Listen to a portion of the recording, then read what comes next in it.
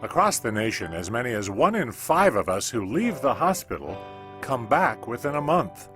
Many of these readmissions are in fact unnecessary and preventable.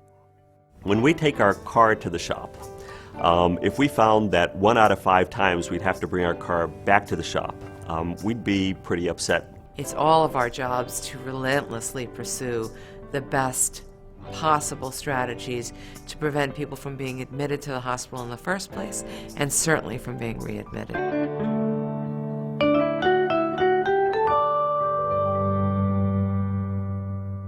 Inevitably, many healthcare interventions occur in a hospital. Visits that can heal the body, but tax the spirit. They can be disruptive, traumatic, and scary. For most of us, any interference with our physical, spiritual, or emotional being is an interference in our life. Whatcom County is teaming up on a Medicare-funded project to reduce needless readmissions. St. Joseph Hospital, already a leader in care transitions, Qualis Health, Washington's quality improvement organization, and activated caregivers and families like the Vandermays, siblings helping their mom transition from hospital to home. Work is flexible enough, they'll let me. Okay. We had to learn how to communicate with one another.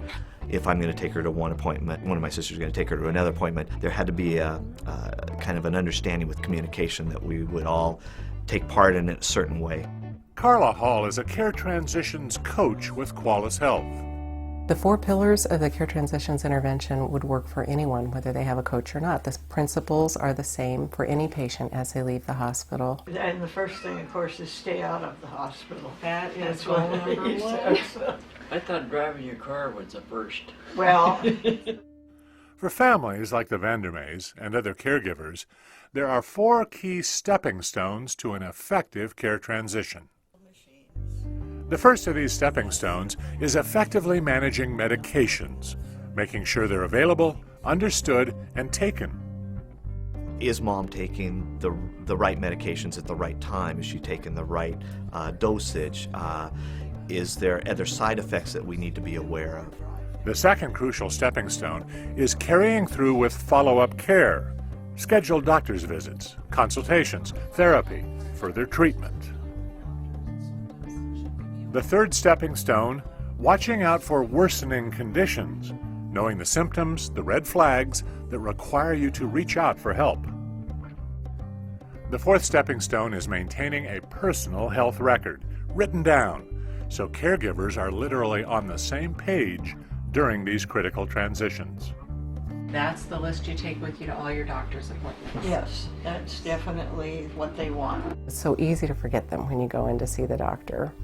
You're in the moment, the doctor's busy, you don't want to bother him, he's out the door, and you've forgotten to ask your most important questions. So having things in writing is the other pillar. Mom and Dad raised us in a way to help serve others and stuff, and so it's really pretty natural for us to kind of work together and help out as much as possible. The basic self-management skills that it imparts to the patient and the ways the patients start thinking differently about their health and how they can manage things, they become more empowered, and it makes a very significant difference.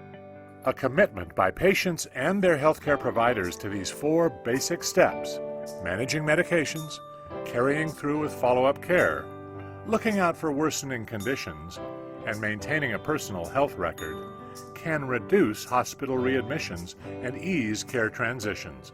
That's a healthier outcome for everyone.